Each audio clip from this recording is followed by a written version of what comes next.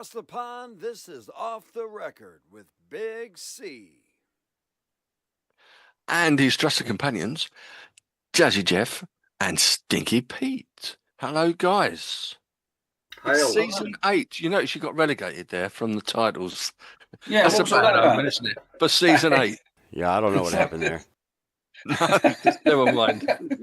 They're still here. I can see them. We're all right. We are. We got We're good to go. sideswiped. Perhaps We we're did. not quite so trusty anymore. Maybe we're just companions. Maybe not. Crusty.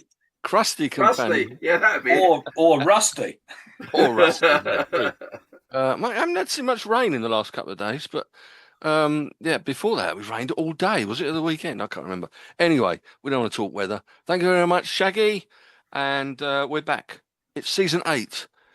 After the long hiatus of 7 days when season 7 finished, we're on to episode 201. Here's to the next 200. That's all I will say. If we're still alive and breathing, let's hope so. We've got a Hall of Fame episode today, but before we get on to that, how are we both? Are we dejected about Spurs? No, not really, because I never expected anything to get anything out of Arsenal. It was too soon, and still too many players injured. The acid test is what happens in the next 4 games. So It's strange. after that, I'll decide. A couple of wins in the next 2 games or something makes a lot of difference. But yeah, Huge don't difference. expect anything against Arsenal. We haven't won or something since October, is that right? We haven't won at home since October. At home, We've only won at home. We've only won at home 2 Twice. times since the start of the season. You've gone all fuzzy, Stinks. Am I? It's one of those where you have to. Yeah, you know what I mean. I think it was November, wasn't it, that we won? Or was that suave picture of you came up I was again? going to say that is one very suave picture. It's Yes, That must I'm be- a suave. I am a It must suave be guy. years old. It's not. It was taken 3 or 4 years ago. Okay. The suit was Anyway. years old anyway. That No, was it when you were wasn't nearer that. No, seven- that nearer is- that is 60s a- and 70s. That's That is a a lie. Hugo Boss jacket that I Ah, bought nice. in Ukraine. So Okay. I Does can't that mean compete it's- with Does that. that mean it's a knockoff or what? no, it's a proper Hugo Boss jacket bought from the Hugo Boss shop in Kharkiv. Enough of this nonsense, young man. Anyway, right. Knockoff does sound Russian anyway, doesn't it? To be fair. Yeah, like, I'm and sure drop off. he played knock centre off. forward, didn't he? Yeah, it Yes. is, yeah. Yeah, Sergei knockoff. And I noticed Juventus have nearly clawed back their Champions League because they might be one of our opponents, I think. No, we've got Galatasaray or Atletico Madrid. Oh, it is the Galatasaray. Galatasaray won. or Atletico Madrid next round. Galatasaray managed to win that game 5-4 then. Well, On aggregate 5-4. It must because it was very close. And then maybe it's Oh, maybe I've got that wrong. It's one of them or Atleti. yeah. Okay. I don't know which one I want, to be honest. But- I to be don't. I honest. feel little bit despondent about Spurs. I haven't felt this bad since Juando Ramos, the first season after we won the Carling Cup. The league. Juando World Ramos. Cup. I saw no tactics really. I saw no confidence. I saw no plan. I saw no spirit, and I thought I could see us going down. I know it's Harry Redknapp's classic phrase: 2 points in 8 games. The first 8 games. It's true. I thought we're down this year. That was in whenever that was, late 90s. But it's No, like that now. 2004 or 2005. Was it that? Was it that late? Okay. Well, yeah, it's a bit like that, but maybe the season ticket We'll prices. know in a few weeks' time, won't we? Well, we will. That's true. I don't want to talk We won't about have to football stress anymore. about it anymore because either we will be down or we will not be down. No, but maybe Either which way, we will not be in the Champions League next year. Yes, I think there's unless we win the Champions League. Well, unless we win the Champions League. I mean, stranger things have happened. That would be Miraculous. So funny. Winning the Champions League and getting relegated in the same season would be the definition of Spursy, I think. It would I be think incredibly Spursy. And winning it the would Champions It would League, piss Arsenal off immensely. Oh, it definitely that would. would be hilarious. Winning the Champions League and finishing 17th, having won the Europa League and finished 17th last season, that would be even funnier. because that's kind of like a mirror thing, isn't it? It is. Amusing stuff. Right, we are talking Hall of Fame. So, yeah, we've been banging on over the last 198 episodes, probably or so, about the Hall of Fame over in the Rock and Roll, in inverted commas, Hall of Fame in Cleveland, Ohio, and the nonsense they have in there, to be perfectly honest, that we decided, well, I'll tell you what we're going to do. We're going to have our own Hall of Fame, the only one that really matters. All artists want to be in the Off the Record Hall of Fame, and a few artists already are in it, of course. I won't bore you with listing them all, but let's hope we won't repeat some of them today. I was going to say, I wish you would, because I've forgotten. You might have to repeat the golden tickets. The golden tickets, I can tell you those now, actually, because everyone gets a golden ticket, a freebie induction into the Hall of Fame. And I believe we've got Elvis, the Beatles, Led Zeppelin, Status Quo, Dolly Parton, Rolling Stones, Elton John, and Michael Jackson. I found a bit of an anomaly, actually, on the Hall of Fame inductees that we've got, because we all picked sort of basically one from each letter, didn't we? A to E, and then F to J. We did one each from, we inducted, or we put them into the Hall of Fame. And I noticed that me and you, Geoff, both had ABBA down. So I think we're one down on the A's. But let's worry about that another time. Because we can straighten it out the next 2 or 3 times we go around the circuit. So we can indeed. All right. We are ABBA. I think what's absolutely certain is that I didn't have ABBA. No, one of true. us changed ABBA on whatever it was that we did. I'll look into that then. I went for someone else. Did you now? Yeah, if you give me a second, I'll tell you who it was I went for. It wasn't Louis Armstrong, was it? Or something it was. I think it was Louis Armstrong, and I did Allman Brothers. That was. Yeah, I'm just having a look. That wasn't the golden ticket, though, was it? Not the Allman Brothers. That wasn't the golden ticket. That was the actual. The golden ticket was Louis Armstrong. Okay. I think, is that right? Or was that an A? It was an A.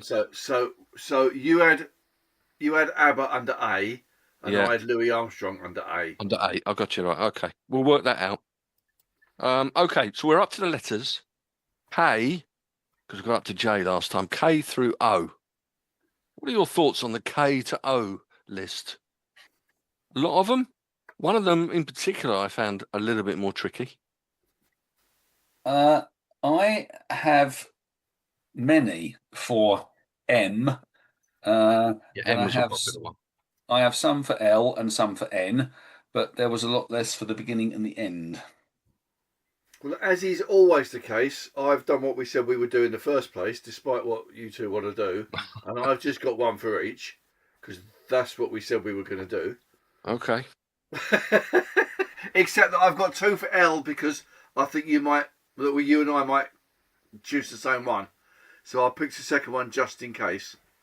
When you say you and I, you mean you and Pete, or me and you? No, you, Colin, and me, Geoff. Okay, all right. I found O relatively hard, and I found L a little complicated. Well, I've definitely got some selections, more than one, for each. So have I. Just a little bit of a debate about them, and then we can decide on which one we think. Like, have I the rights to know you? Weirdly, I was just about to do exactly the same thing. That is spooky. Oh, interesting. Well, shall we start then? Go on then. Why not? A's. Golden ticket? No, golden ticket. No, we need to do golden ticket. Okay. All right. Shall I start with the golden ticket? I don't know whether either of you would have gone for this guy, but I think he merits definitely a golden ticket, and I'm not going to beat about the bush. Multi-instrumentalist? Mike Oldfield. No. Steve Winwood. No, the other one. Stevie Wonder. Stevie Wonder. No, I thought he merited a place in there. Yeah. Is that fair? Okay. I've written him down already. He's in. Well done, Stevie. Well done, Stevie. What about you two? What you got, Pete? I have got Bob Marley. Ah, interesting. He's having a whale of a time in there, isn't he? He is having a whale of a time. I was looking at M's and I thought, I got to the end of it all, and like always, surnames I really struggle with, because it's all right for you guys that have a load of vinyls and stuff that's sort of in alphabetical order by surname, but when you've got a whole like 100 gigabytes of songs that you can list in any order, which is helpful for terms of when they came out, or the artist or the song title, but the artist it's not gonna pick up any books you see of hit singles. They don't come up as, I don't know, Price Allen, do they? They come up with the first name. So I struggled and I thought Bob Marley. And I wrote down Bob Marley and thinking, well, one of you's bound to have him, possibly you, Pete. And you have, and you're giving them a golden ticket. And why not? He deserves it. Golden ticket for Bob Marley. Yep. Okay. Well, I've written 3 down because I didn't know which ones you might choose. I've having dissed this man last week. Oh dear. I'm going to go Frank Sinatra. Okay. I think it's difficult to argue that he shouldn't be in the Hall of Fame. Agreed. Generally. I agree. It's a bit like arguing against Elvis, really, isn't it? For Stinks. You can't argue about Frank Sinatra And going this in. is not necessarily about who we like; it's about who we think should be there. And Yes, but absolutely. there is an element of like as well, I think. I of found course, anyway. but I didn't argue about Elvis, and I wouldn't. I No. think Frank Sinatra has got to be there. Yeah, absolutely. Right, let's get on to the meat. The meat. And You're the the meat because we're the vegetables. Is that right? Yeah, something like that. As long as I'm not kale, we're fine. I want to be a carrot. No. Please feel free. I don't. Right, we're going to do K's, and who wants to start with this? Geoff, you can start. You got a K? I have got a K. I have got a K who was born in 1925 and died in 2015. Who is quoted as by All Music as the single most important electric guitarist of the last half of the 20th century. Who is the king of the blues? Yeah, B.B. King. B.B. King. Mr. B.B. King. Mr. B.B. King did an average of 200 gigs per year into his 70s. And in 1956, he did 342 gigs in the year. How many days are there? 352. It's not many off, is it? 10 days off. Right, so Thanksgiving and Christmas Day and Labour Day. That was about it. That's about it. So why are we saying 352 for the number of days in a year? I'm confused. Have I missed something here? 352. Yeah, but there's 365. Am I missing 360. Yeah, you're right. No, sorry, it was in saying 52. We go back to Pete's maths. Oh, piss off. I am so not in the mood. Right.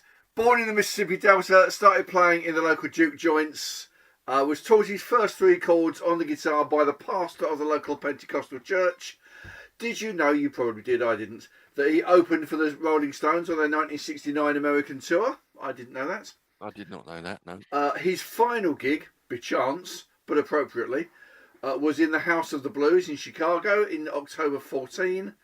He has got 43 studio albums to his name, 15 Grammys to his name, a Presidential Medal of Freedom to his name, and far more importantly than all of those, he is the inventor of the BB box, which is, for all guitarists who play blues, one of the things that you kind of have to learn to play blues licks.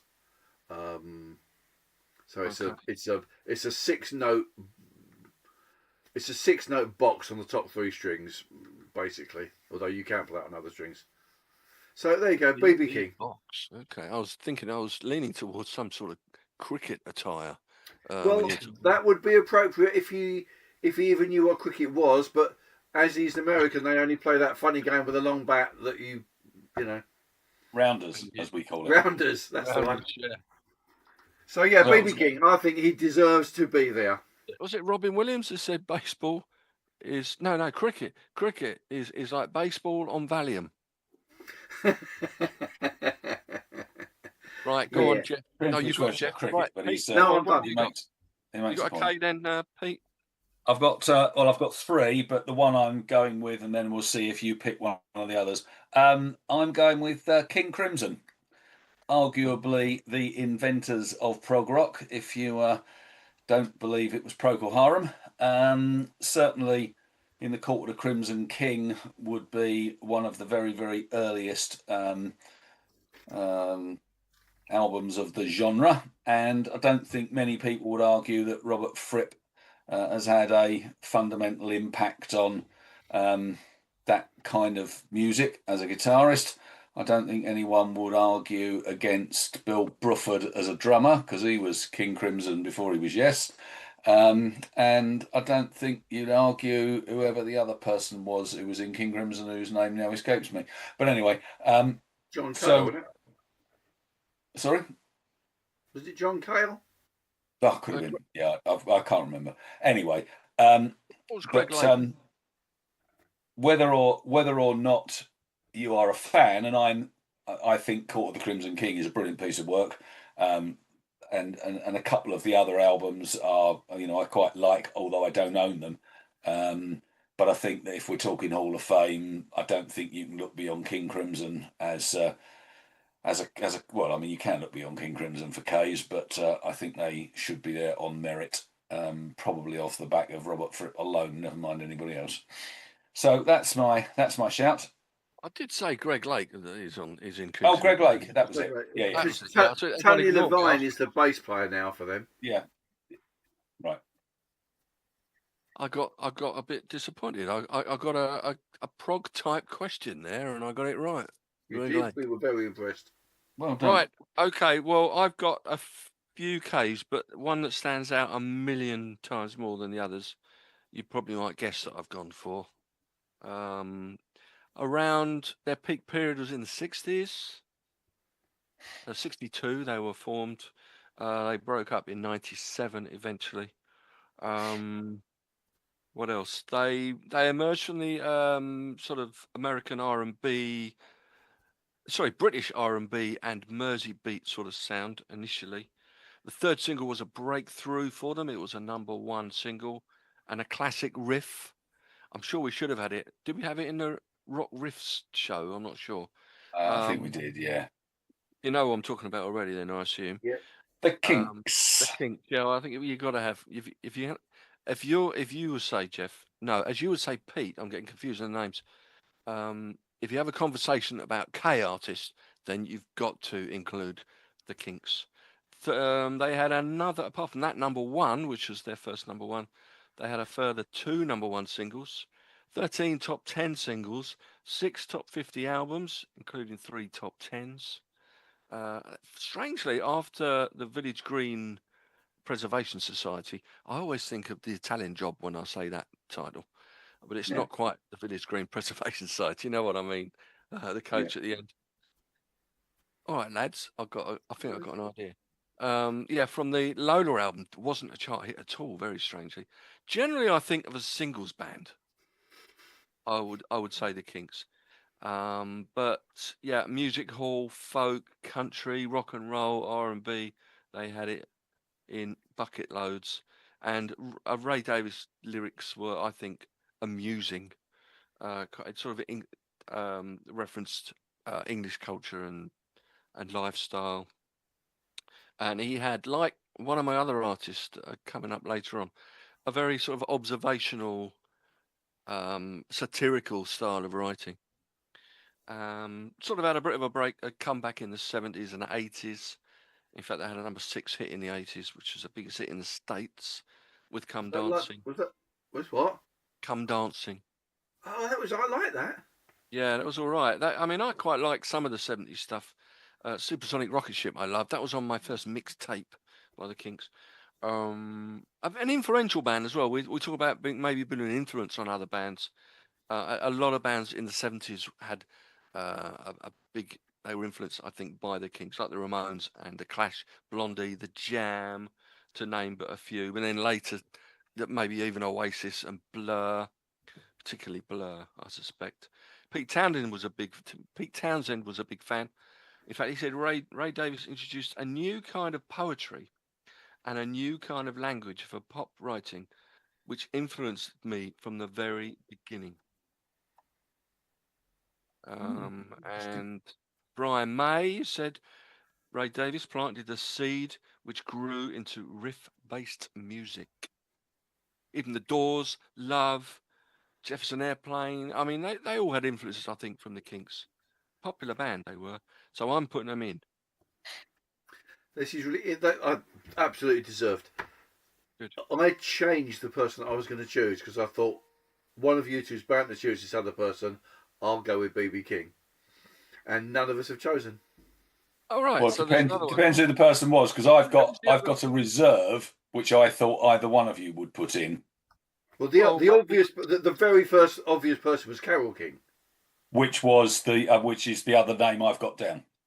See, that's the surname. That went right over my head, that one. Right, it's interesting, isn't it? And I thought, no, one of you two's bound to have Carole King. Well, so she was my fallback. If I didn't do King Crimson, I didn't think anyone else would do King Crimson, but I was certain that one of you two would do Carole King. Interesting, isn't it? Well, I mean, would you rather have Carole King in than BB King? No, because if we go round again, we can put her in as a golden ticket. She certainly deserves it. So at some stage or other, for another one, we'll stick her in as a golden. So are you saying now you've got no more Ks? You're going to go on to Ls, Geoff? Is that what you were saying? No, I've got an L, but you carry on with Ks if you've got them. You got any other Ks then? Well, the only other K I mentioned was Kansas, because I figured that they were America's answer to prog, and they certainly have been around and had a few a few hits. But I wouldn't, I would put them eventually in the long run, but not in front of King Crimson or Carole King, or BB King for that matter, or the Kinks, or the Kinks. Well, I got another K that might get a mention. I don't think he's going to beat the Kinks in there, though, to be honest. He was born in 1936, died just 2 years ago in 2024. He's an American musician, actor, pioneering figure in the outlaw country movement of the 1970s. Chris Christopherson, yeah. There's a lot of Ks there. That is a lot of Ks. That's a good shout as well. That is. But would he go in above BB and the Kinks and King Crimson? Probably not. I think he would go in probably next time around. Well, that's fair. Yeah, there's Nick Kershaw. So we mustn't forget him. Like, wouldn't it be good if we didn't forget him? Very good. You won't let the sun go down on Nick Kershaw, will you? No, we won't let the sun go down. It's a riddle. Didn't he do the Prince Charles book? Wasn't Old Man of Aaron or something? Didn't he do that? I don't remember. What, as an album? No, he had a single called The Old Man of Aaron, didn't he? That's gone over my head. He certainly would have gone over Nick Kershaw, because he's only about 5'2", isn't he? He's tiny, yeah. Very tiny. And now he's got no hair. He's even tinier. Has he got no hair? No, he's got as a whatever bald people are. As a coot. That's the one. As a coot. Yeah. We can get away with coot. I've got another couple of mentions for Ks, but obviously they're not going to get in, and I suppose I can keep them back for future podcasts. Should I keep them back or mention them? Yeah. Well, no, I mentioned them, but we just... Okay, I've got a couple of bands. Both stood out around about a similar kind of time. Both have been around for just around 25 to 30 years. So we're talking one American, one British. One was formed in Las Vegas.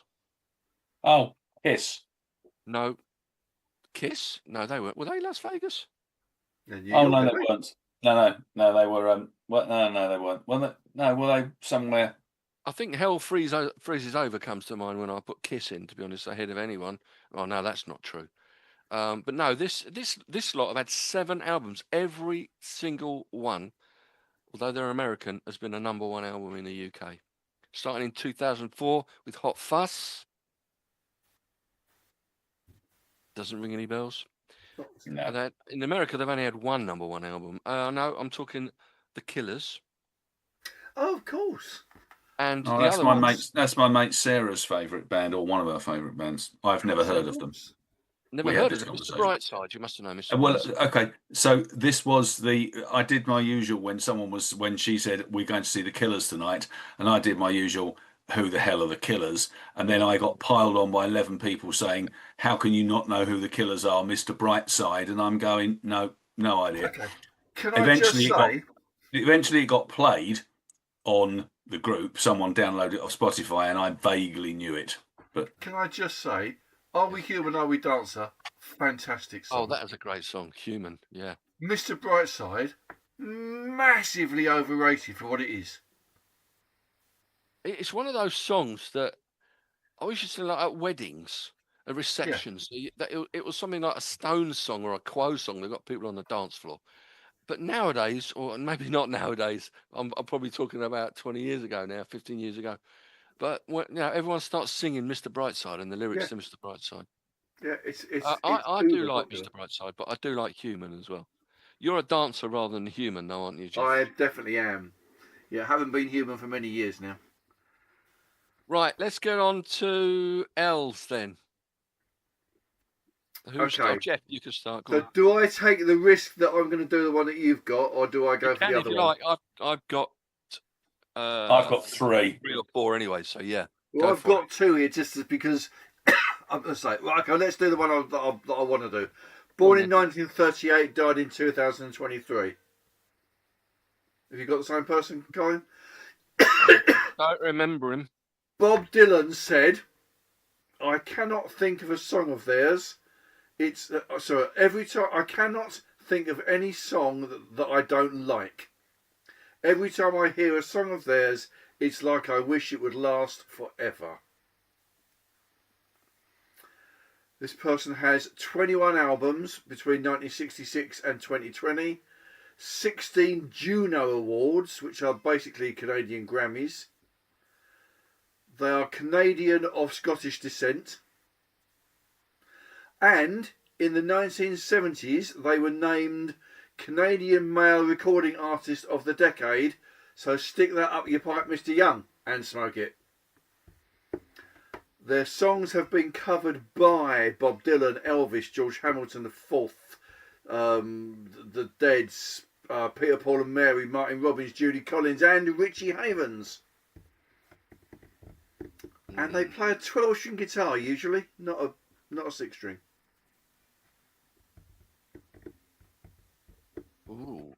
Ooh. Beginning with L.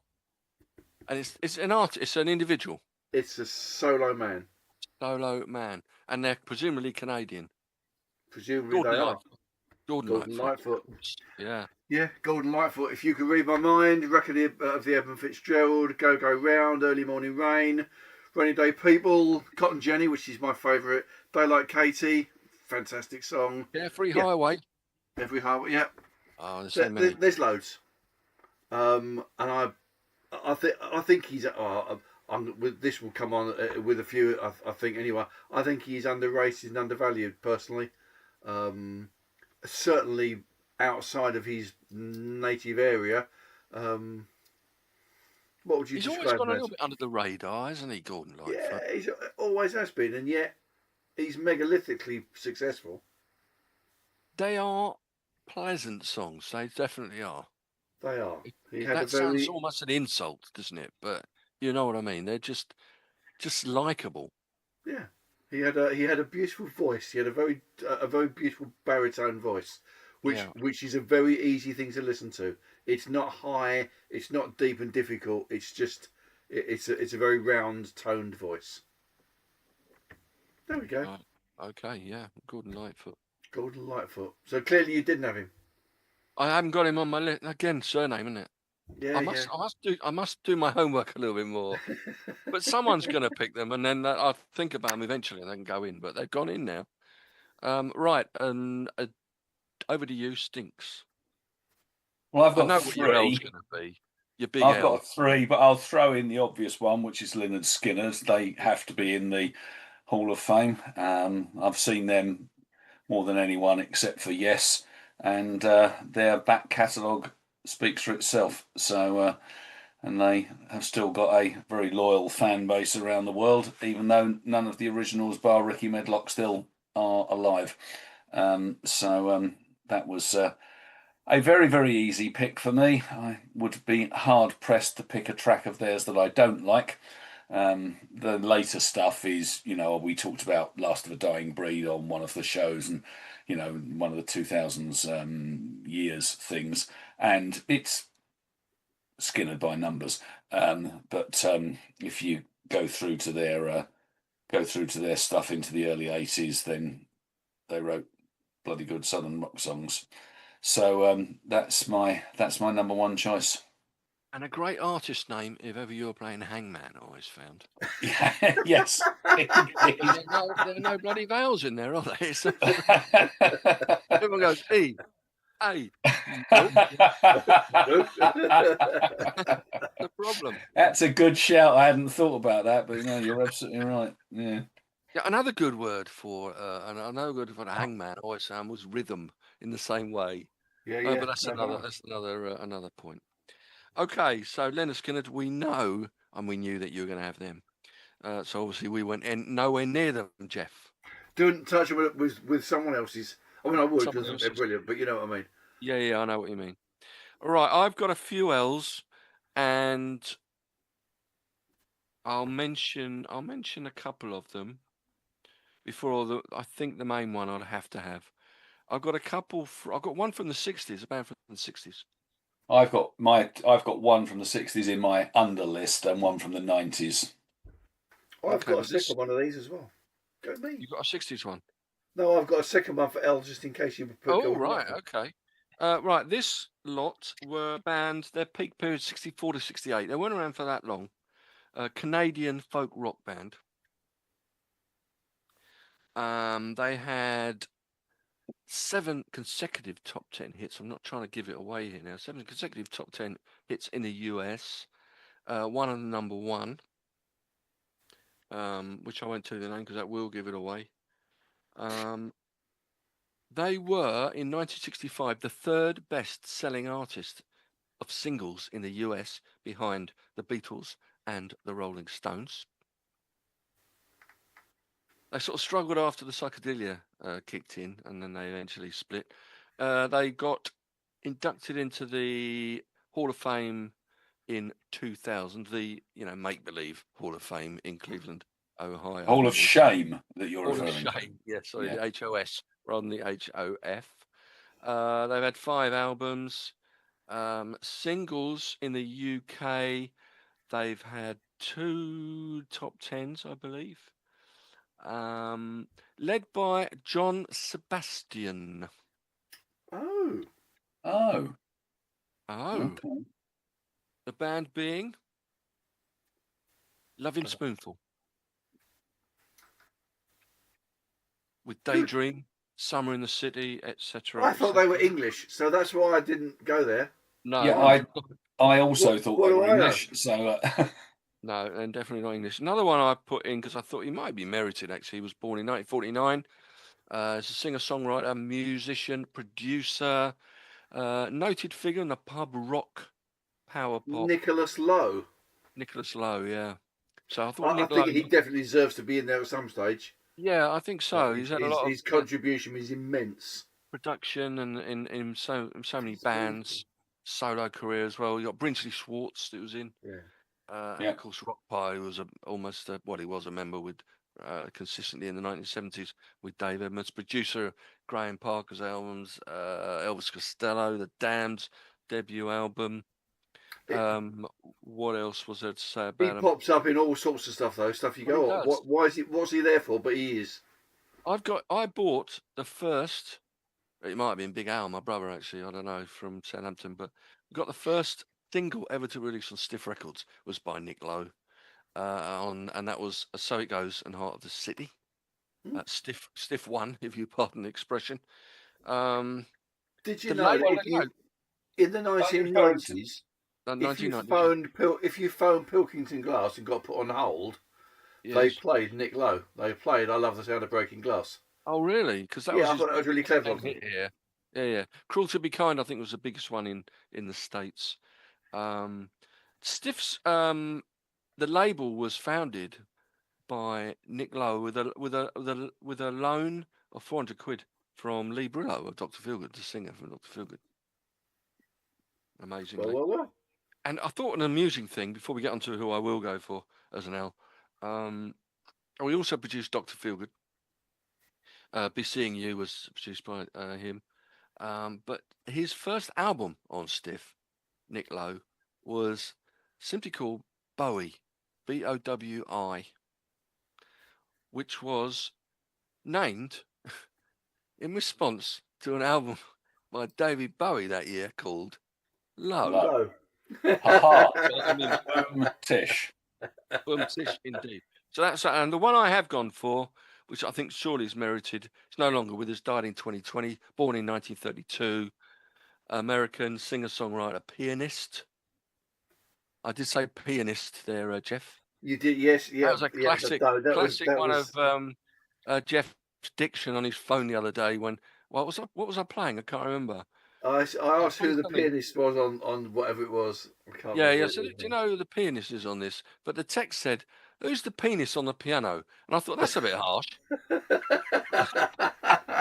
I knew what you meant. That's the thing. Right. He's a charismatic showmanship. Liberace. Dynamic. Pardon? Liberace. Close. First two letters are the same. Dynamic music, frenetic piano playing, pounding backbeat, raspy vocals, laying the foundations for rock and roll. And in what the Little book, Richard. Yeah, Little Richard. In the book by who's the guy that does all these? He did the book about the best albums ever of 1971, the greatest ever album. What was his name? David Epworth. David, him, David Epworth. He did one on rock icons, and he thought that Little Richard was the first ever rock icon, and ahead of even Elvis. Elvis was more of a rock icon, rock and roll icon, but this is a rock icon. And I mean, he was inducted into the Hall of Shame, as we call it now, in 1986, in the very first batch that they had, actually. But so many classic songs: "Rip It Up," "Ready Teddy," "She's Got It," "A Girl Can't Help It," "Lucille," Jenny," "Tutti Frutti," obviously, "Keep a Knocking," "Good Golly Miss Molly," "Kansas City." The list goes on. So that's my nomination, Little Richard. Yeah, that works. Did you say you've got another L, Jeff? What's your other L? I have. I don't know enough about this band to say too much, because I only really know their early days. But they got 30 albums spanning 71 to 25, which is an awful long time. Particularly when their most famous member died in 1979, at the age of 34. I didn't know this. They came out of Frank Zappa's Mothers of Invention, which I didn't realise at all. And Jimmy Page has quoted them as being his favourite American band. This is Little Feat. Little Feat. All right. Ah, Okay. good shout. Yeah, good shout. And like Lowell George was an absolute genius. Yeah, he was. And I know those first three albums, Little Feat, Sailing Shoes, Dixie Chicken, which is superb. But they went as they went through their various times, they morphed into more of a jazz rock, jazz fusion band. And I don't know enough about them from that perspective. But to go that long without the person that kind of like started them and formed them and made them what they were, I just think is something which is worth thinking about. So yeah, I pop Little Feat in just for. Well, I think certainly over the period of time that we put people in, I think Little Feat would have to be there. Yeah, for sure. hadn't thought about them, but I mean, I've got Dixie Chicken and I've got Sailing Shoes. They're both brilliant albums, and as you say, Lowell George, was a talent. a He was talent. a Yeah, talent. that's the word I was looking for. I So assume shall I? you've got love in there, have you, Pete? Yeah, well, Love are one of my two. I was umming and ahhing about having Love and putting Skinner in as a golden ticket, but the thing about Love is that they didn't do many albums and they didn't last for very long, but their contribution in that period in the late '60s, and especially with the sort of the two classic albums. I I think they deserve their place. Let's put it that way. And certainly at some point, I would think they ought to be in there. So we'll come back to And that. I've also got one from the another. 90s. What an L. And yes, and the band in question from the 90s. Oh, I know who this is. Hang on. Their breakthrough album is a triple platinum selling album, and they have had multiple hit singles. Sorry, not number one type hit singles, but hit after hit. I know this as well. Who is it? Well, I'm guessing. Is it the Levelers? Yes, it's the Levelers. That's what I would have guessed. Leveling the Land is multi-platinum. Yeah. Didn't know it sold that many. Blimey. Yeah. And again, I think that the Levelers are the kind of band that never gets the recognition that they deserve. They're terrific songwriters. They're really good musicians. They're very creative. And they've got a real social conscience. They sing about important stuff. So they've got the kind of protest kind of vibe as well. So, and I am a very big fan and have seen them several times live, and I'm hoping to get tickets to see them live later on in the year. Okay. Well, that's if we ever sell Dad's house. Yeah. Little, you know what you get when you got little feet in? Big shoes. Little. I was just say little shoes. You've got to have little shoes. You got little feet, you need little shoes, don't you? Isn't that a line out of Notting Hill? Similar.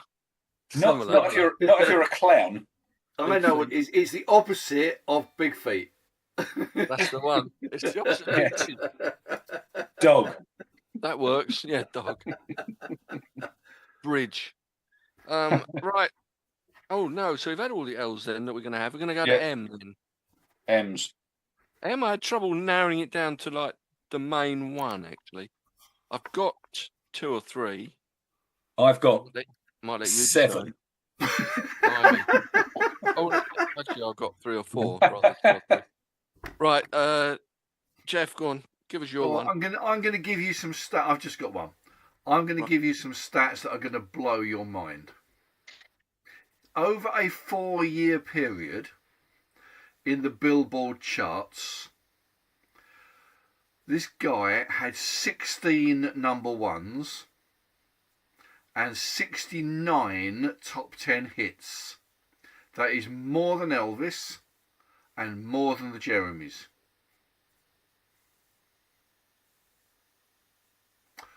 He released 266 singles in all of them on 78 discs. 78 RPM. The 78 RPMs, yep. The ones that crack. Easily breakable. The shellac ones. I remember those. I remember having an Ethel Merman singing "There's No Business Like Show Business" on a 78. On 78. Yeah. Right. Born in 1904, died in 1944. A trombonist by trade, became the leader of probably the most popular big band of all time, but definitely of the war years. 3 posthumous Grammys.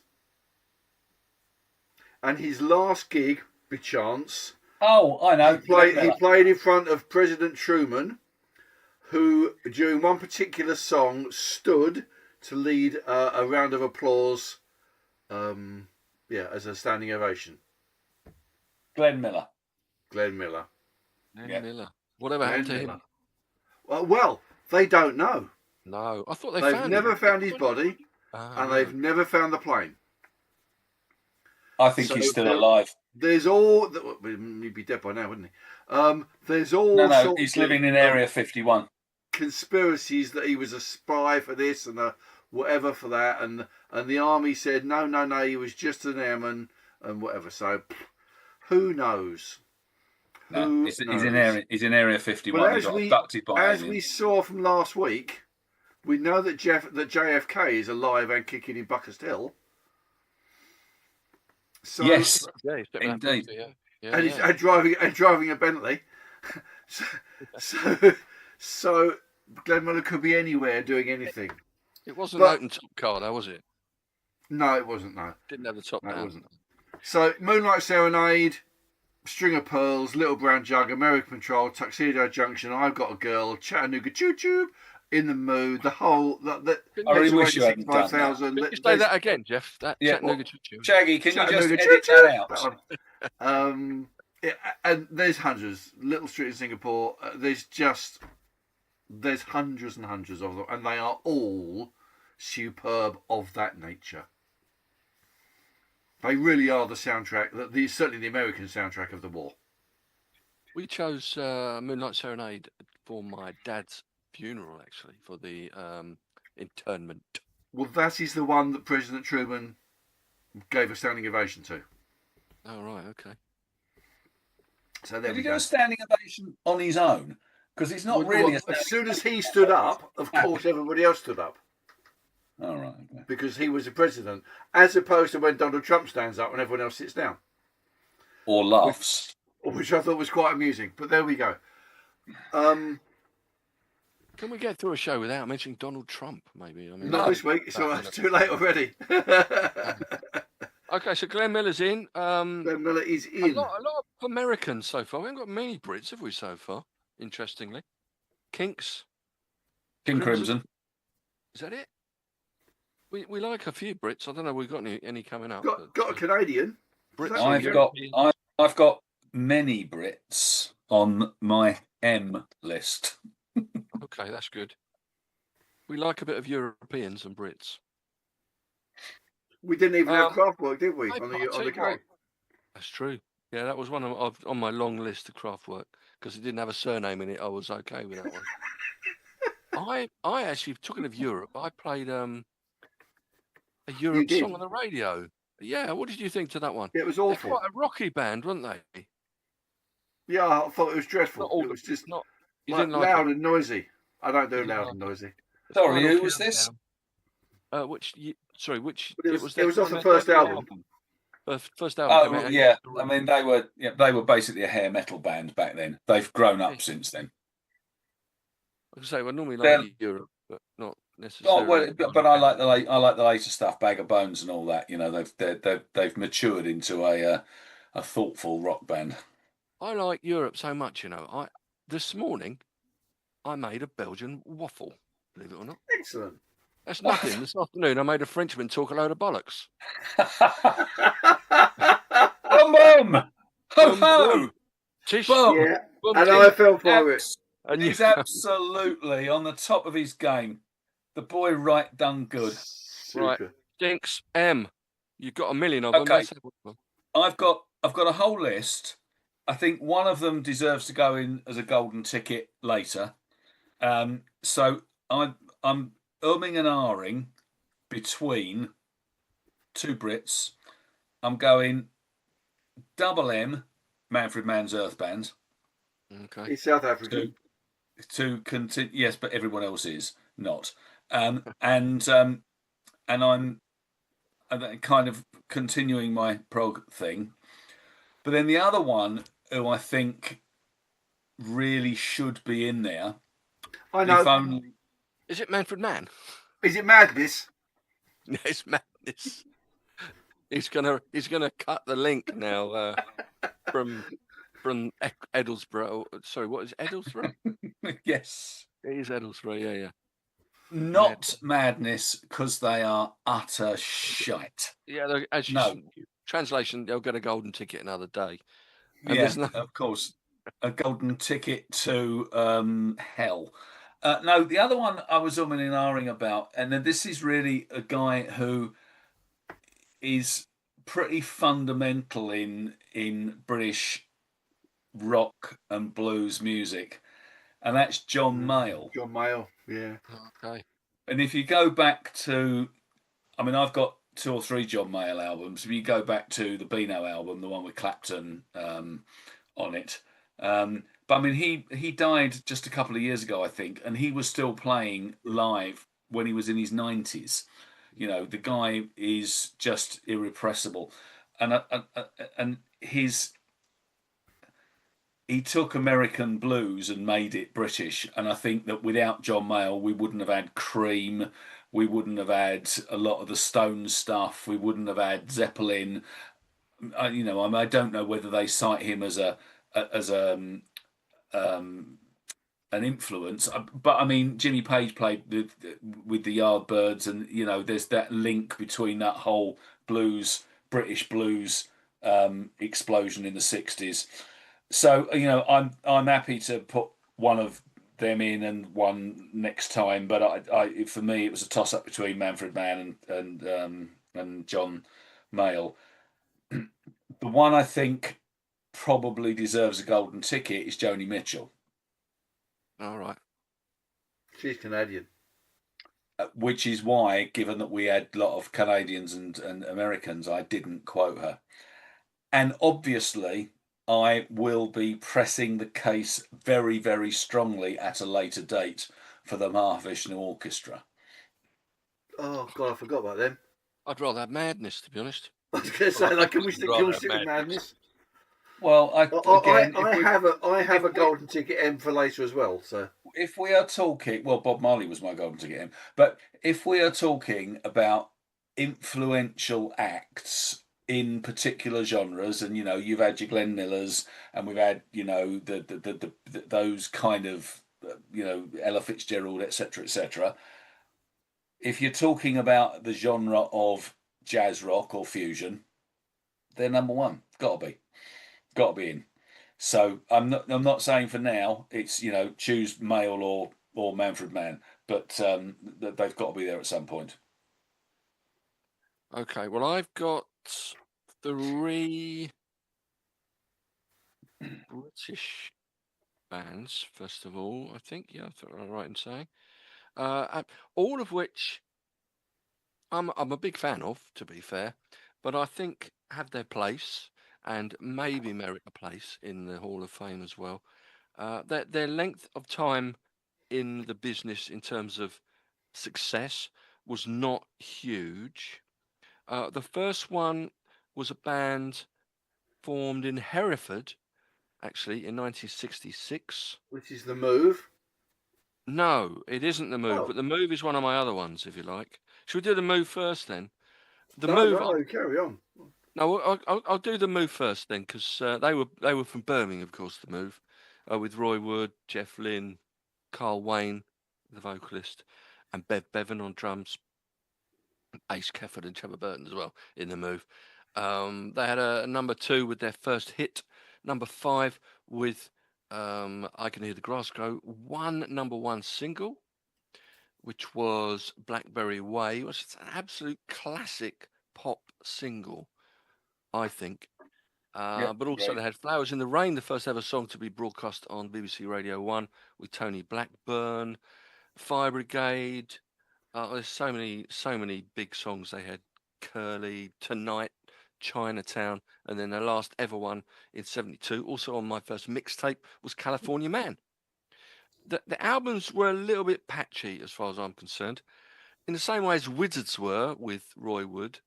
On the whole, a completely different sort of game, a different sort of style to the singles. They had 3 albums: Shazam, Looking On, Message from the Country, and of course then ELO came after with Jeff Lynne. They had a lot of illegal issues.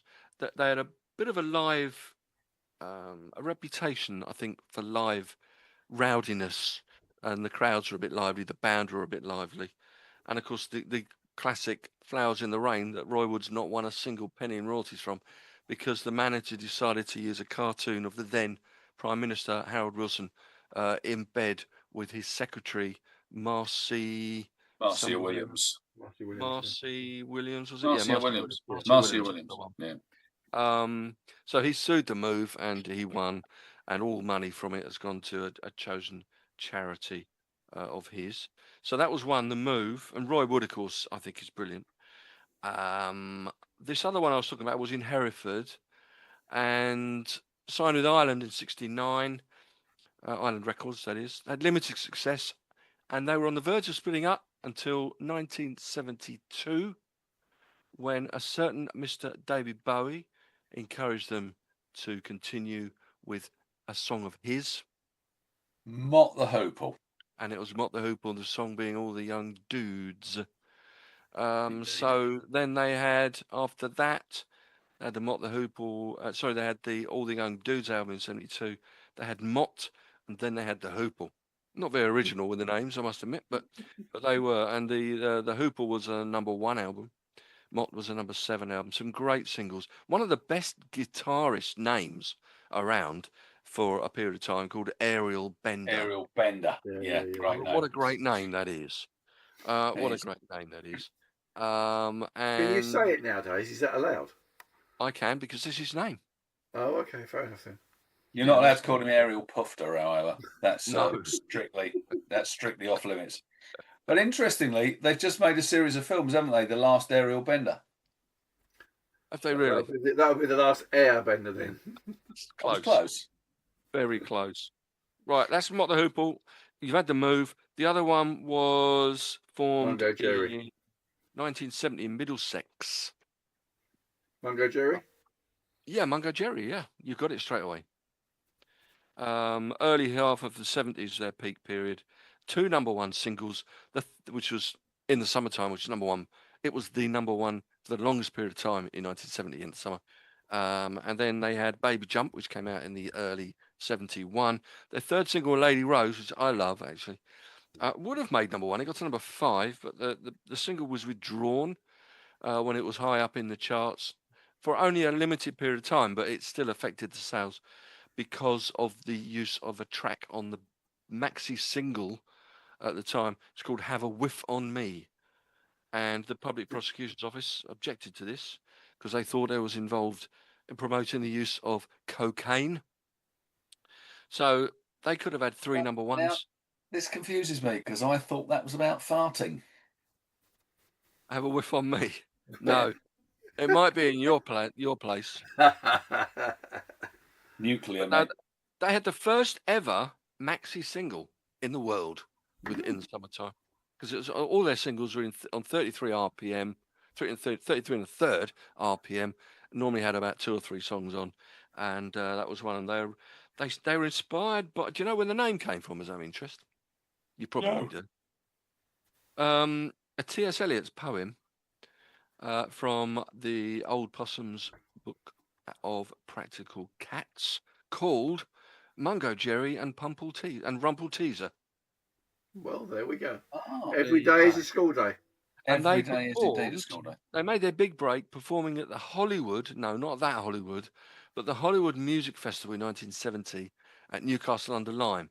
And they were performing with, and I listing them all here, Black Sabbath, Traffic, Ginger Baker's Air Force, and the Grateful Dead.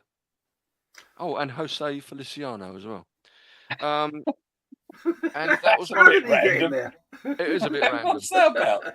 I don't know. That's like Chaz and Dave supporting Led Zeppelin at Nebworth. It's about as unlikely. Well, Chaz and Dave supported Status Quo at the O2 a few years back. Well, that's more likely. They're kind of Cockney boys, that kind of sound. Very true. They had a few albums. Nothing really massive album-wise, although Electronically Tested, which had both of the big #1 singles on it, that was one of the first albums I had in the early 70s. So that's Mungo Jerry, Mott the Hoople, or The Move. Which one do you reckon? I've got another possibility as well that isn't English, but I thought we needed some Brits. of those in terms of influence, Move. I would choose the Move. Yeah, I would choose the Move as well. Okay, the Move are in. The other one I will mention are American and Canadian, actually. Folk rock vocal group formed in Los Angeles, California. Yeah, Mamas and the Papas. Mamas and the Papas, yeah. Yeah, Thought they're also on my list. Forgot about them Okay. completely. they'll come into it at one point then. But So they that's- did again. I put Charlie Mingus in my potential golden tickets because I can't see a reason why he can't. He's got to be in at some stage, but I didn't think he cut it from a popular perspective as much as Glenn Miller did. No, that's a very good point.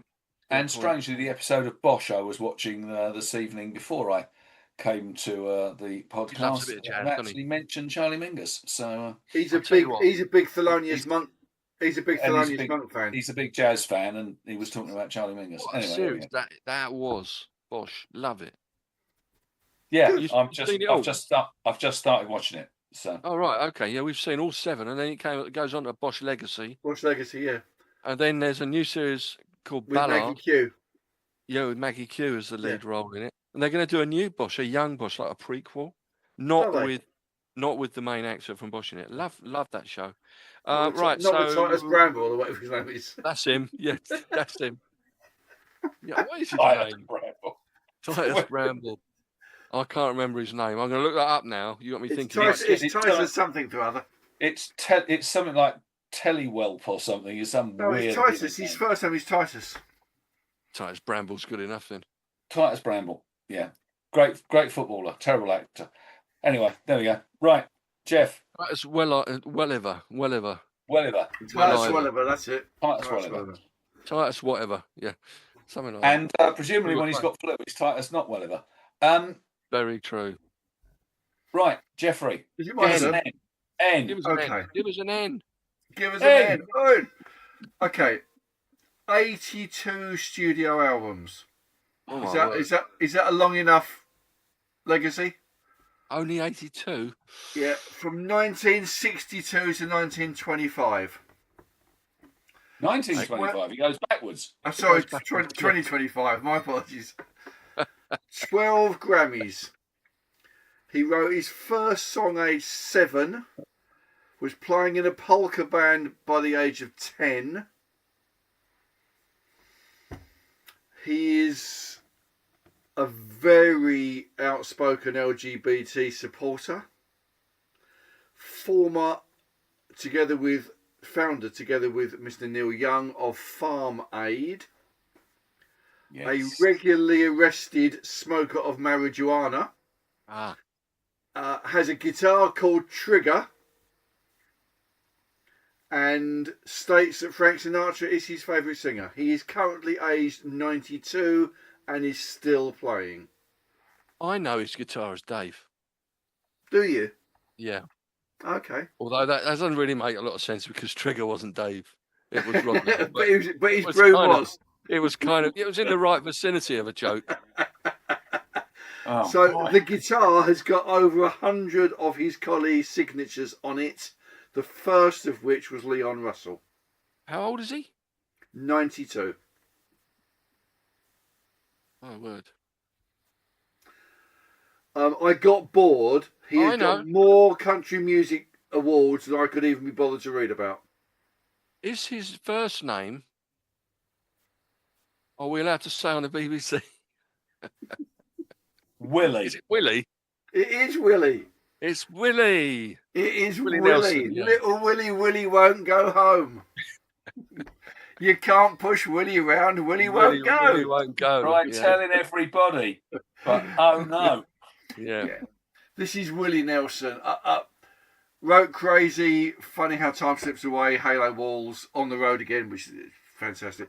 And what you were saying earlier, together with Chris Christopherson and Waylon Jennings, was part of the outlaw movement, which I hadn't realised were country guys who wanted to get away from the slick Nashville sound. I hadn't worked that one through.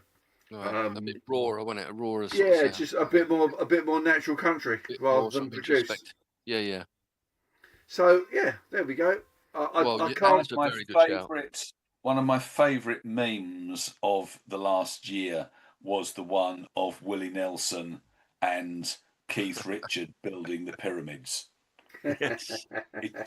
They're walking up the hill with the stone behind them. They've both got a fag on, and you're just going, that is so Cigarette them. for those listening and watching in America.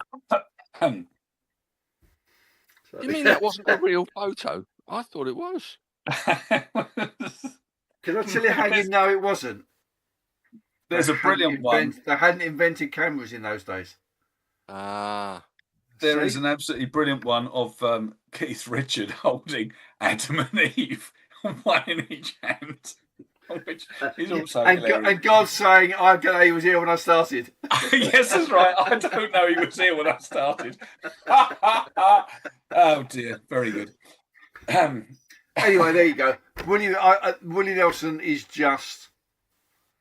He's just Willie Nelson. Like 82 absolutely. albums, I think, probably speaks for itself. It He's covered everyone else's songs and had all his own songs covered by everybody else. So Yeah. In fact, I might play some Willie Nelson tomorrow because one of his albums came out on this tomorrow on this day. okay. And that's a lot of old originals, old classic songs, not his. Redone. But, yeah, So- like That's Life and in the wee small hours of the morning. We talk about willies and wee wees there, aren't we? We'll get off that subject. We've all done that in the wee small house. So Dave Trigger has got a hole in it.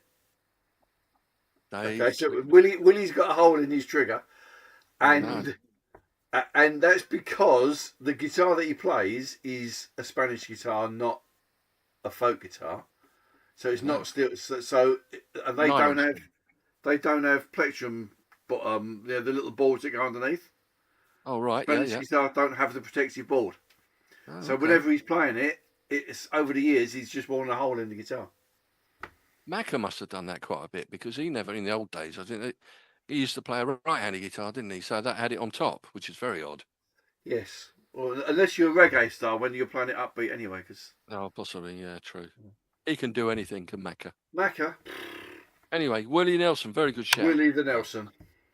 Again, an N that I wouldn't have. When you were talking about N's in the 60s and smoking joints and stuff, I don't know. I was thinking of Graham Nash for a minute there until you said he was 94. Yeah, we could have had Graham Nash. Graham Nash is one of my 3 on my N list. So. He is the weak link, though, isn't he? Let's be honest. He is the weak link, absolutely. But apart from anything else, he's a Mancunian. Having said that, if Graham Nash is the weak link, that shows how good everyone else is because he wouldn't be the weak link in most other bands. So it depends what your reference point is. So is he not your main nomination then? No. You know who my main nominations are. So I've got 2, and I think they both deserve to be in. I don't care which order. So I've got Nirvana, who again, if you're talking about genre defining, I'm not particularly a fan. I like Nevermind. They're basically the 2 albums I like. But if you're talking about a genre, you're talking about grunge, I don't think you can argue a case for Nirvana not being in there. They're not my favourite grunge band. That's Pearl Jam. Might come to them next time around. But I think, Kurt Cobain's legacy, Dave Grohl, they've gone, Kurt Cobain's gone on to bigger things because he's dead. But Dave Grohl has obviously gone onto the Foo Fighters afterwards. So I think that they've got their place. Now, whether they go in this time or another time, I don't care. But obviously my other shout out is Nightwish, because they basically invented symphonic metal, and they are my pretty well favouriteest band in the world of that genre and most other genres. And it doesn't matter which version of them, and it does. The first album was not great, and the second album wasn't great, but everything since, so basically everything in the 21st century has been brilliant, and they are very, very good. So Nightwish or Nirvana, don't care which one goes in first. And I had Graham Nash as my other shout-out. Inventors, were they the inventors of symphonic rock? I mean, I'm wondering whether or not your mate's ELP would be a I was shout. going to say, I would have thought ELP were up there. They're not symphonic because they didn't have the orchestra track. Nightwish have got all their stuff's got orchestra tracks. Well, surely that's ELO then. Well, but I mean, yes, but ELO is much more poppy. Well, I know which one of those two I would prefer out of Nirvana and Nightwish. As I said, What about whichever one we choose now, the other one's coming back next time around. I would go Nirvana. But as I say, I don't care. Yeah, I know one Nirvana album and the unplugged album. I don't know anything about Nightwish at all, apart from what I've heard on your show. They don't hold the longevity as far as I'm concerned, but I guess a relatively modern band aren't going to. Well, Nightwish have been around since 1996, so actually it's 30 maybe years. They do then. Yeah. It's quite a long time. And- Not quite as long as Nirvana, although they only had, what, 3 albums? Three albums, three albums, and that was all dead and buried in Unplugged. 4 or 5 years. So actually, if we're doing it on longevity and influence, then it's got to be Nightwish. So, but anyway, as I say, they were my 2 picks, and Graham Nash as a bracket. So. All right. Well, I've got a couple of ends that might need a mention. One only had 3 albums. One of these bands that were around for a very short time, but they were massively influential in their genre. Kicked off in 1971, split I think in 74, but then they came back in the this century for about 7 or 8 years. But I mean, no one took any notice of them, I'm sure. The early days, with David Johansen, Johnny Thunders, Arthur Kane, Sylvain Sylvain, and Jerry Nolan. Their appearance drew from drag fashion. They had on, just for a laugh, I think, on their first album cover, high heels, hats, satin, makeup, spandex, dresses, and one of the original members, actually, Billy Mercier, and Sylvain Sylvain, who was in the band, took a clothing business job at a place called A Different Drummer in New York, which is where they were based. A men's boutique across the street from a doll repair shop called the New York Doll Hospital. So this is the New York Dolls then? It's the New York Dolls, produced by Todd Rundgren. The album, the first one in 73, sluggish sales, but then aren't all classic albums not great sellers initially. It's over time that they become popular. It got in one magazine, Stereo Review magazine, it won both best and worst albums of 1973, which is an impressive feat. It was, the band, I think, were a definite and influential precursor to the punk movement in the 70s. The grandfathers of. And it's been acclaimed as one of the greatest debut albums ever. Maybe one of the greatest albums ever. It's taken it a little bit too far. Themes of, I was going to say like the Sex Pistols in a way. They had a bit of a bitter rivalry between the New York Dolls and Johnny Thunders particularly, and Johnny Rotten and the Sex Pistols. Themes of urban youth, teen alienation, adolescent romance. Songs like Personality Crisis, Trash, Jet Boy, and I did one cover, which was the Bo Diddley song, Pills. The Guardian said they were, and this is a posh word, I don't even know if I'm pronouncing it correctly, an efficacious? Most efficacious in every way. That Yes, was the one. Pink. Yeah, it should be, yeah, Lily the Pink, yeah. An efficacious antidote to the excessives of prog rock. Stinks won't like that quote. So they sold poorly with their second I album as well. don't give a damn about quotes. It's nonsense, but people are entitled to quote whatever they like. So that's the New York Dolls. The other one I've got is an individual who was born in 1941, died in 1994. One of the few major pop rock, in inverted commas, artists to achieve significant commercial success, but without performing public concerts or touring regularly. He's born in Brooklyn. Beatles were asked who their favourite American group was, and their answer, both of John and Paul, their answer was Harry Nilsson. So that is my nomination, Harry Nilsson. He's done 15 albums in his lifetime. First successful one was Harry in '69. That had songs like the Puppy Song, which David Cassidy released on the other side of Daydreamer, double A side. That was awful. 73. What, you don't like Daydreamer or Puppy Song? Puppy Song. Or even Open Your Number, which Ella Fitzgerald covered. Maybe, which Barbara Streisand covered on a Stony End album. And the Randy Newman song Simon Smith and his amazing Dancing Bear. Also a cover of Mother Nature's Son from the White Album. And then after an album of Randy Newman covers, Nilsson Sings Newman, I think it was called.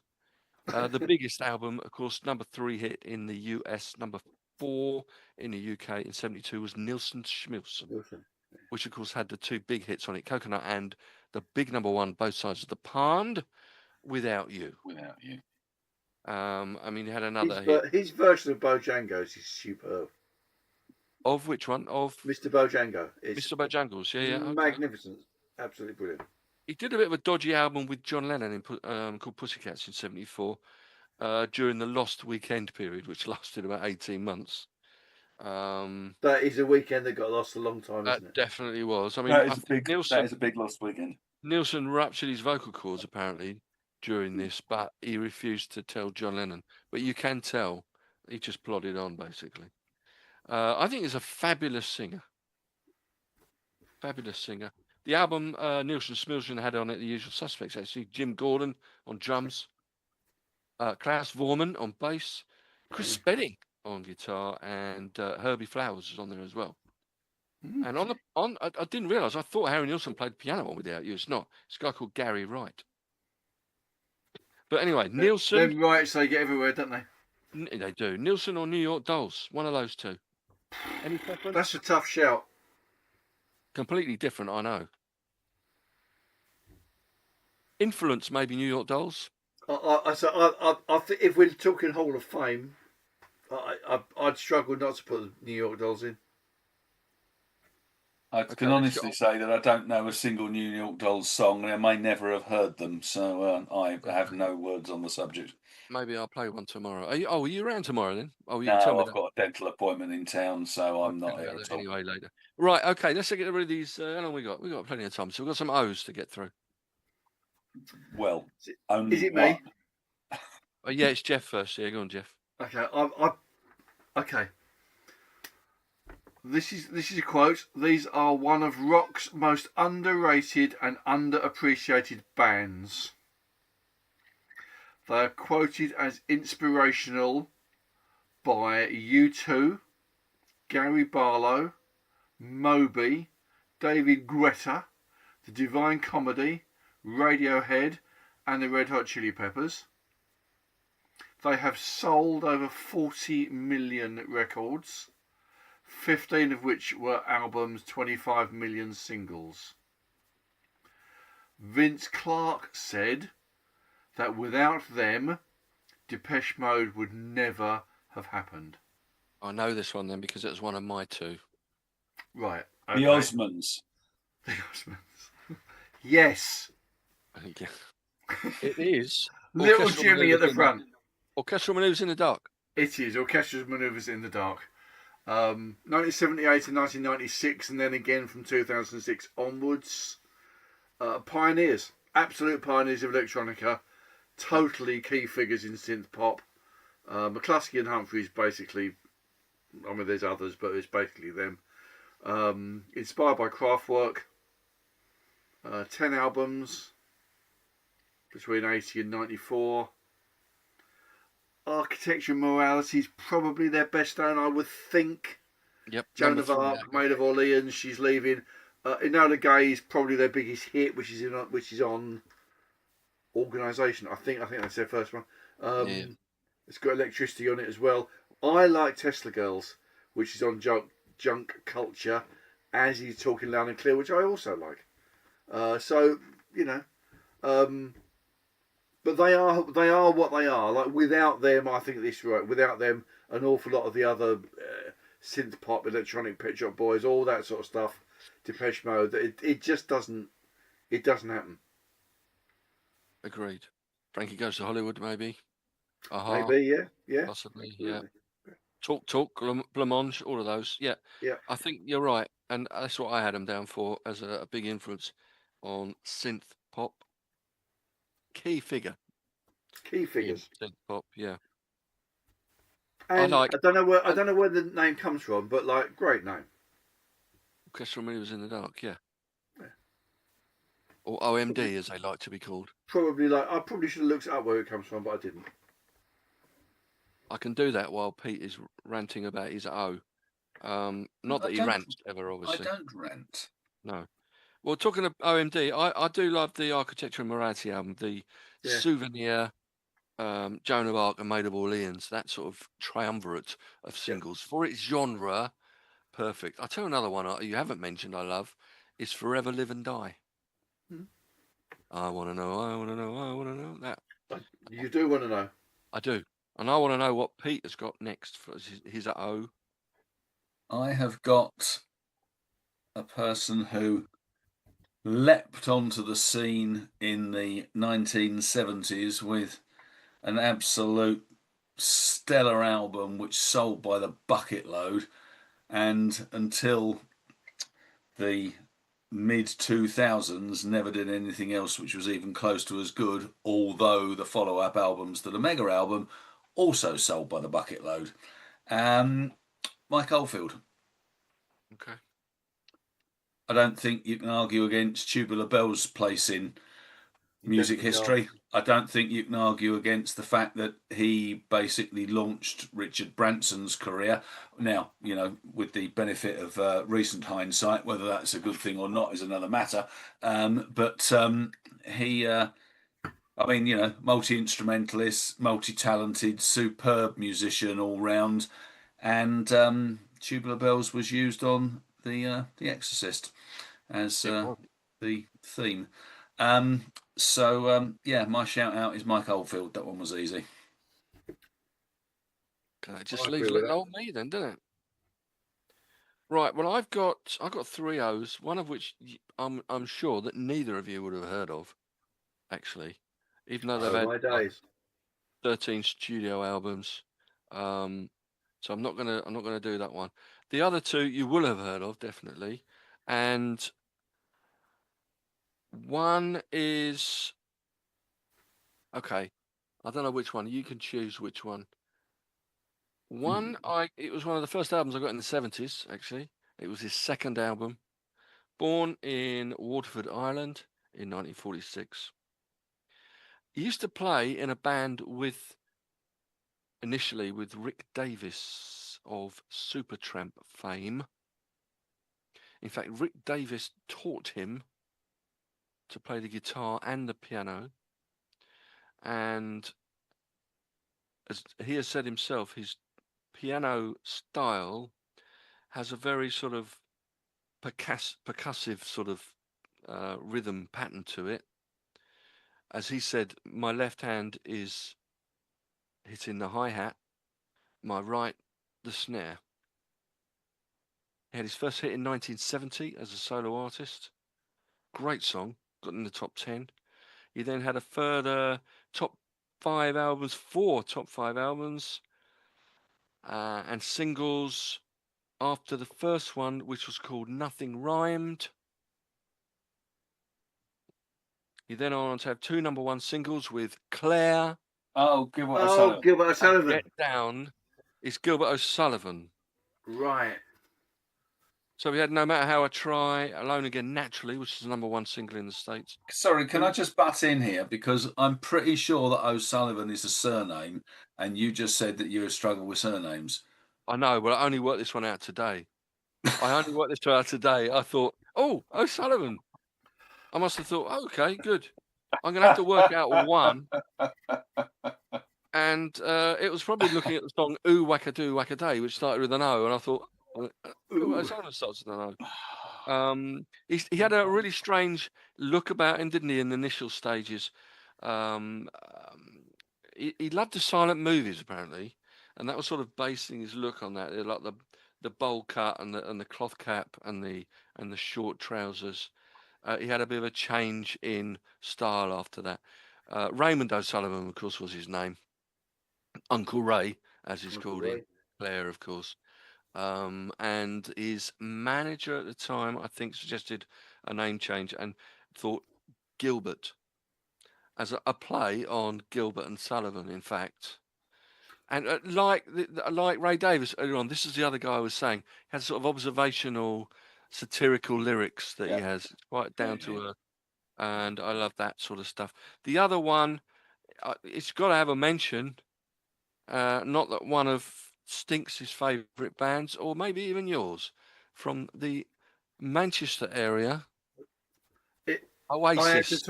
I had to toss up between this and OMD because they both. That's not the person I thought you would have. Either of them. I had you down for someone else. Oh no, it's another surname, isn't it? It must be. I had you for Roy Orbison. Oh yeah, okay. So it was. Yeah, I thought you might have Roy Orbison as well. Oh well, I'll have that another day. But it will be difficult not to put Oasis in my opinion. How about this one, Geoff? Big flying elephant on the double album sleeve cover. Oh, Osibisa. Osibisa, yeah. Oh. Waiaya. It's a great album. They've done nothing else. Yeah. I've just thought of another one actually you might like, Geoff. It's the Oyster Band. Oyster Band. The Oyster Band are fantastic. Yeah, John Jones. I've got loads of Oyster Band songs in there, but I don't think I can remember any of them. You need to play a few of them. They're fabulous. Oh, okay. It's sort of a bit folky, I guess. Folky and country. Well, they are a modern folk band, so yes, that's what they do. I've got an album called Diamonds on the Water with June Tabor. I think that's June Tabor. Yeah, June Tabor. Yeah, and it's brilliant, absolutely brilliant. The other band I was going to say were the Old 97s. Have you heard of them? No. Either of you? No. Okay, so they're like an old country band from Dallas, formed in '92. They've had 13 albums. Pioneers of the alt country movement in the mid to late '90s. Turned more power poppy in the 2000s. The singer and main songwriter Rhett Miller called them loud folk. That's what made me think of it when you said about the folk there. Well, see, that's the other person that we could have popped in as well, because John Otway is loud folk without a doubt. Wow. So there's all sorts of O's hanging around. There are, but my argument would be that if there's a Hall of Fame, they are. You've got to heard of them. Yeah, they are so niche that you know that it will be like we put them in because we like them, but most people will go who, So I think there's got to be some recognition somewhere down the line. Well, true, but then you say that with the Killers, so I mean, what? That doesn't really. But apparently everybody else knows the Killers and loves them. I just have never heard of them, so But Oasis probably, or Gilbert O'Sullivan. I know it's one of the two. Oasis, 21 top 10 singles, 8 number ones, 7 studio albums, all got to number 1 in the chart. There are 2 top 5 US singles as well. It's difficult to argue against, isn't it? Yeah, over Gilbert. Even though love Gilbert, though we all do. Yeah. Oasis. I think Gilbert's interesting because I think for me he's a better lyricist than he is songwriter. I think what I like about Gilbert O'Sullivan is his lyrics, and his songs are fine, but I think he's a really clever lyricist. Right. So have we got all of our inductees now. We need Well, we just run through from the top. So right. K's, we King had Crimson. BB King, King Crimson, and the Kinks. Yep. They'll be the three that we put in, yeah? Yep. Okay. The L's, we've got Gordon Lightfoot, Leonard Skinnard, Little Richard. Yep. We're happy with those. The M's, we've got Glenn Miller. Oh, John Mayall or Manfred Mann's Earth Band. We've got a choice there. I think Influence, John Mayall, maybe. John Mayall. Yeah. I think John Mayall. And The Move, which I think we chose ahead of the other ones I had. So that's them. N's, we've got Willie Nelson. Yeah. This is a good bunch, isn't it? And then we got Nirvana or Nightwish. Again, you're talking about fame. Everyone would have heard of Nirvana. I don't think everyone would have heard of Nightwish. Honestly, I don't think they would have done. No, they won't. The Nightwish Army are probably the best bands in the world, but they are niche.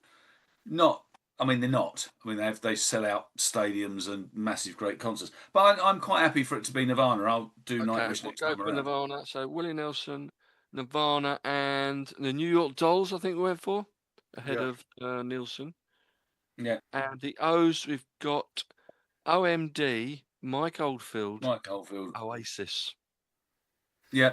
It's a pretty good bunch today, I reckon. And then for our golden tickets, we've got Bob Marley, Stevie Wonder, and Frank Sinatra.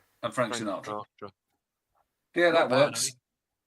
Not bad. It's not a bad it's good. CD That's a good collection selection that we could put together with all of those on.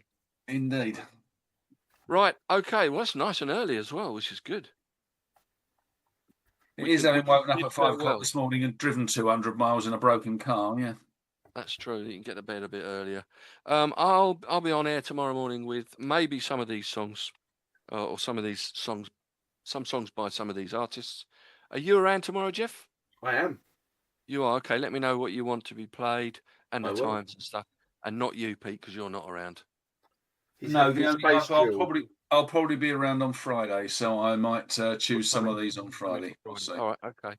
Right. Well, that's it. This podcast will be posted to the usual places over the coming days by Shaggy, Google Podcasts, Apple Podcasts. It will be on iTunes as well.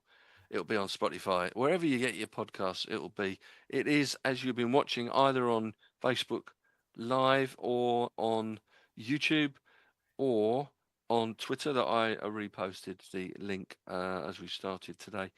They'll be there for quite a while. Not the Facebook. You've probably only got a couple of weeks, but by that point, you'll get the actual edited version that will come out over the weekend. And of course, one day, even though we mentioned a Willie, and we mentioned something else, didn't we? Yes. Didn't you do something about smoking cocaine or something? Yeah, I think probably. So maybe one day we will be on BBC. The BBC, yeah, maybe not. Who knows? But we don't care. We don't care. So Never thank you very much, guys. Thank you very much, guys. An interesting bunch. And don't know what we're going to do next week. I'm sure we'll think of something for episode 2 of season 8. So all I've got to say now is it's a good night from me. It's a good night from him. Well, it's a good night from them.